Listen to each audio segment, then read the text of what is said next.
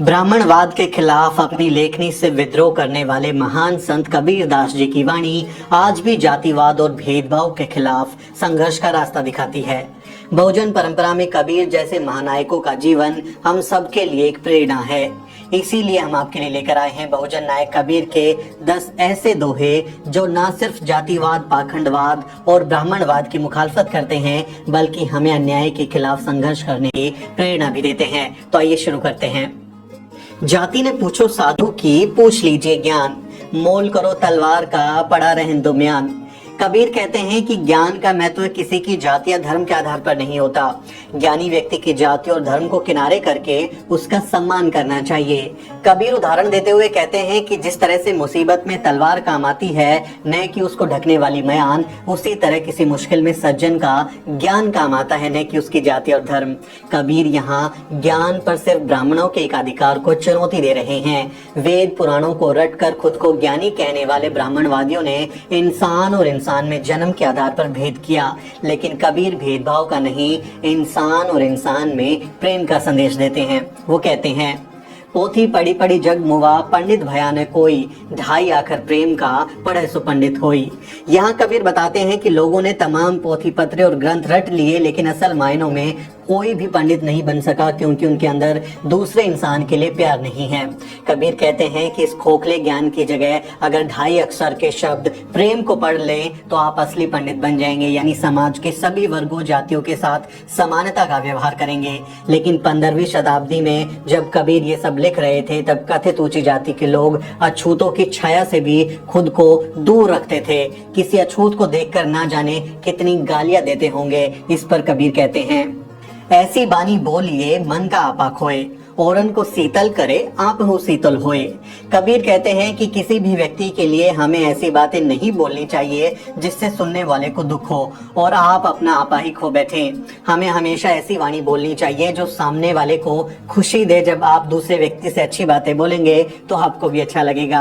हमें अपने घरों में ये बातें सिखानी चाहिए ताकि वो किसी जाति या धर्म देखकर उसकी जाति और धर्म के आधार पर उसके प्रति नफरत जाहिर ना करें, क्योंकि जिन्हें आप जातिवादी ताने देते हैं, अगर उन्होंने प्रतिकार किया तो आप पर भारी पड़ सकता है। कबीर का ये दोहा इस संदर्भ में भी समझा जा सकता है। वो कहते हैं, तिनका कभू न नींद दिए जो पावंतर होए, कभू उड़ी आँखिन पड़े तो पीर घनेरी होए।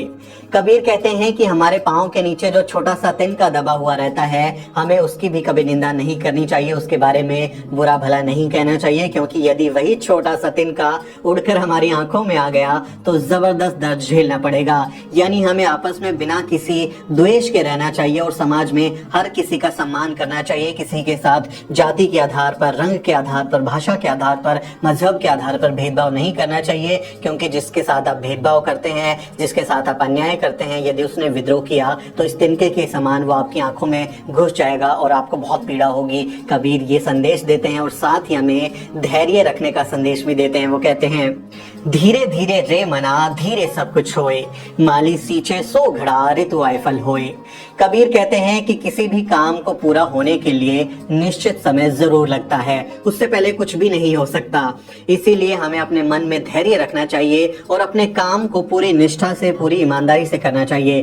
कबीर यहाँ हमें उदाहरण देते हुए समझाते हैं कि यदि माली किसी पेड़ को 100 घड़े पानी से सींचने लगे तो क्या उस पर तुरंत फल आ जाएगा? नहीं, तब भी फल आएगा जब ऋतु आएगी, उसका समय आएगा, तभी फल आएगा। इसलिए हमें धीरज रखते हुए अपने कार्य को करते रहना चाहिए, समय आने पर ही फल जरूर मिलेगा।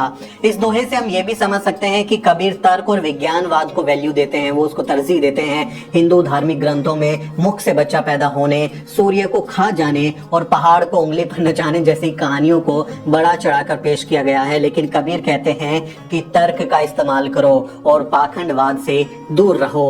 एक दोहे में कबीर कहते हैं, पाथर पूजे हरि मिले तो मैं पूजू पहाड़, घर की चाकी कोई ना पूजे जाकू पीस खाए संसार। कबीर यहाँ पाखंडवाद पर कड़ा प्रहार करते हैं। वो कहते हैं कि अगर पत्थर पूजने से भगवान मिल जाता तो मैं तो पूरा का पूरा पहाड़ ही पूजने लगूं, लेकिन ऐसा नहीं है। और ऐसे पत्थर जिसकी पूजा होती है उससे तो वो पत्थर ज्यादा उपयोगी है जिसकी चक्की के पार्ट के तौर पर जिसका इस्तेमाल होता है, और पूरी दुनिया उससे गेहूं को पीस कर आटा बनाती है और फिर अपना पेट भरती है, लेकिन उस चक्की की कोई पूजा नहीं करता, उस पत्थर की कोई पूजा नहीं करता। तो कबीर हम सबको यहाँ समझाते हैं कि फिजूल की बातों में कुछ नहीं रखा और हमें अपने दिमाग का इस्तेमाल करना चाहिए। कबीर अंधविश्वास से भी दूर रहने की सलाह देते हैं। एक दोहे में वो कहते हैं, माटी का एक नाग बना के पूजे लोग लुगाया, जिंदा नाग जब घर निकले तो लाठी ले धमकाया। कबीर इस दोहे के जरिए कहते हैं कि लोग पूजा पाठ में आडंबर में दिखावा करते हैं, जैसे सांप की पूजा करने के लिए वे माटी का सांप बना लेते हैं, लेकिन असल में जब वही सांप उनके घर में चला जाता है तो उसे लाठी से पीट पीट कर मार देते हैं, भगा देते हैं। यहाँ कबीर लोगों के दोगलेपन को दिखाने की कोशिश करते हैं, ऐसी दोगली सोच को जाहिर करते हैं। कबीर सांप्रदायिकता के भी विरोधी थे और एक दोहे में समझाते हैं कि कैसे हिंदू और मुसलमान धर्म के नाम पर आपस में लड़ रहे हैं। वो कहते हैं, हिंदू कहे मोहि राम प्यारा, तुर्क कहे रहमान, आपस में दो लड़ी मुए, मरम ने कोई जान। कबीर कहते हैं कि हिंदू कहता है कि मेरा ईश्वर राम बड़ा है और मुस्लिम कहता है कि मेरा अल्लाह बड़ा है। इसी बात पर दोनों धर्म के लोग लड़कर मर जाते हैं और उसके बाद भी कोई सच नहीं जान पाता। कबीर ने ये बात आज से 500 साल पहले कही थी, लेकिन आज भी उनकी बात एकदम सच है। हिंदू मुस्लिम धर्म के नाम पर आपस में लड़ रहे हैं, इससे समाज में नफरत फैल रही है। हमें ऐसा नहीं करना चाहिए। धर्म के अलावा कबीर जाति के सवाल पर भी बहुत जोर देते हैं और एक समता मूलक समाज को बनाने की प्रेरणा देते हैं। एक दोहे में कबीर कहते हैं, मलमल धोए शरीर को, धोए न मन का मैल, नहाए गंगा गोमती, रहे बैल के बैल। कबीर यहाँ उन जातिवादियों की पोल खोलते हैं जो कहते हैं कि गंगा जैसी नदियों में नहाने से सारे पाप धुल जाते हैं। पाप धोने के इस विचार ने अन्याय को और बढ़ाया है, क्योंकि शोषणकारी को लगता है कि वो मेहनतकश तबके पर चाहे जितना जुल्म कर ले, धार्मिक रूप से उसका कुछ नुकसान नहीं होगा और वो गंगा जैसी नदियों में नहाकर हवन पूजा करके अपने सारे कुकर्मों को धो डालेगा।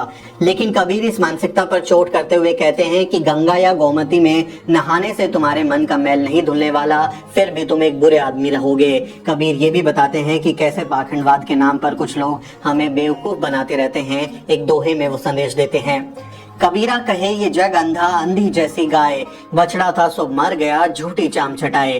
कबीर यहाँ आगाह करते हैं कि कुछ लोग इस दुनिया को अपनी दुकान की तरह इस्तेमाल करते हैं और अपनी दुकान चलाने के लिए दुनिया को अंधा बनाए रखते हैं। वो उदाहरण देते हुए समझाते हैं कि जैसे जब गाय का बछड़ा मर जाता है तो उसका दूध निकालने के लिए लोग बछड़े की खाल में भूसा भर के गाय के सामने रख देते हैं और गाय को लगता है कि वो उसका बछड़ा है और वो उसे अपना बछड़ा समझकर चाटती रहती है और मालिक उसका दूध निकाल लेता है। कबीर यहाँ समझाते हैं कि जिस तरह से एक विवेकहीन गाय सच नहीं पहचान पाती, उस तरह से लोग ये नहीं समझ पाते कि कैसे धर्म और पाखंडवाद के नाम पर उनका मूर्ख बनाया जा रहा है। गाय की तरह पाखंडी लोगों को बेवकूफ बनाकर उनका दूध यानी धन और संपत्ति लूटते रहते हैं। धार्मिक गुरुओं और मंदिर मठों में दंडवत होने वाले बहुजन समाज के लोगों के लिए कबीर की ये सीख आज भी सबसे ज्यादा अहम हो जाती है। हमें ये पहचानना होगा कि कौन हमें गाय की तरह बेवकूफ बनाकर मलाई खा रहा है। तो कबीर के ये दोहे जितने 500 साल पहले जरूरी थे उतने आज भी हैं और हमें उम्मीद है कि इन दोहों से आपको कुछ ना कुछ अच्छी सीख जरूर मिली होगी। बहुजन परंपरा से आने वाले कबीर जैसे महानायकों की वाणी हम सब के लिए किसी प्रेरणा से कम नहीं है और समता मूलक समाज को बनाने का जो ख्वाब हमारे महानायक और महानायिकाओं ने देखा था, उसे हम उन्हीं के विचारों पर चलकर सच कर सकते हैं। ये वीडियो आपको कैसा लगा कमेंट के जरिए जरूर बताएं और अगर आपके पास कोई सुझाव है तो वो भी दें और इस वीडियो को ज्यादा से ज्यादा शेयर करें ताकि हमारे समाज के लोग कबीर के विचारों से लाभ उठा सकें। मेरा नाम सुमित चौहान है और इस वीडियो को बनाने में मेरी मदद कर रही हैं मेरी सहयोगी अजरा परवीन। आपसे अपील है कि हमारे चैनल को सब्सक्राइब जरूर करें और वीडियो को भी शेयर करें। ये वीडियो कैसा लगा हम आपकी राय को जरूर पढ़ेंगे। अगले वीडियो में मिलते हैं साथियों। हर पल मेरी याद तुम्हें तड़पाएगी।